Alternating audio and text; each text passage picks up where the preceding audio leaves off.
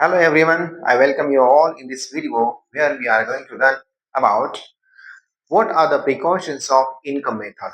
जब income method से national income calculate करते हैं तो हमें क्या प्रिकॉशंस लेने हैं. Okay, let's begin.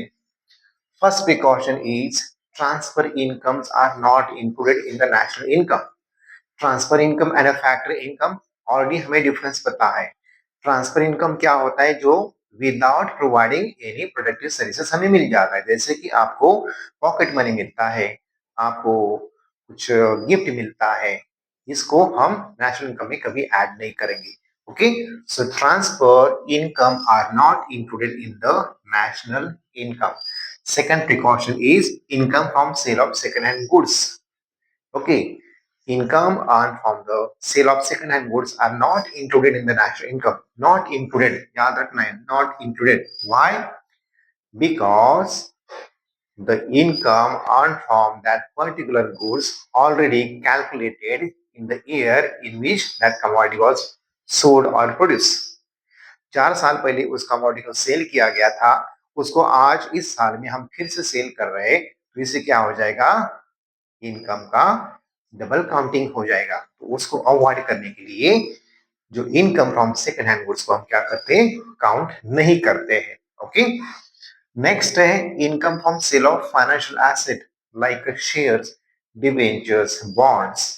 अगर कोई शेयर का बाइंग सेलिंग करता है, बॉन्ड्स बाइंग सेलिंग होता है, तो वहां क्या होता है? It doesn't add anything in the current flow of national income.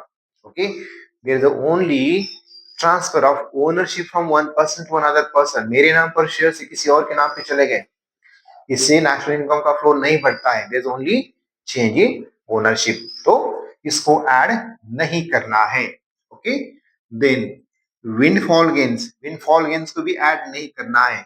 हमें कभी कभी लॉटरी से, गैम्बलिंग से अनएक्सपेक्टेड अर्निंग हो जाता है, तो उसको नेशनल इनकम में ऐड नहीं करना है, because it is not earn from the productive activity. Next one is imputed value of services provided by owner of production unit are included.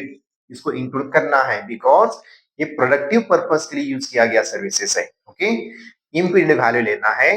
जैसे कि हमारा खुद का अगर हम बिजनेस के लिए यूज कर रहे तो उसको रेंट को हमें नेशनल इनकम में दिखाना है. ओके, खुद का कैपिटल यूज कर रहे हैं तो उसका जो इंटरेस्ट उसको ऐड करना है. And last one, payment out of past saving.